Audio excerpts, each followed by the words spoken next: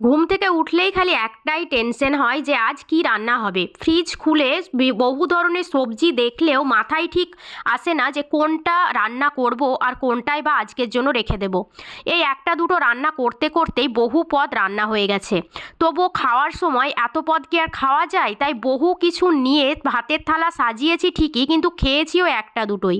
চলো তাহলে বলি কি কি রান্না করেছি। প্রথমেই তো হয়েছিল মুসুরির ডাল, বহুদিন পর, কারণ মুগ ডালটাই বেশি হয়, আমি আর ভাবি যেহেতু খেতে পাই না মুসুরির ডাল, তাই তবে আজ বহুদিন পর বানিয়েছিলাম। আর হয়েছিল আলু সেদ্ধ, করলা দিয়ে আলু ভাজা, হয়েছিল মিষ্টি কুমড়ো দিয়ে শুটকি মাছ, আর হয়েছিল বাঁধাকপি দিয়ে মাংস।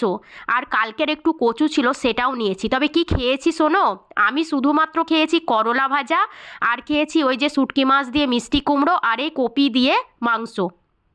বাস এই তিনটে দিয়ে আমি আমার দুপুরের খাওয়া দাওয়া সেরেছি। বাকিগুলো দিকে হাত বাড়ানোর আমার কোনোই সুযোগ বা সুবিধে কিছুই হয়নি, আমি পারিনি খেতে ওগুলো।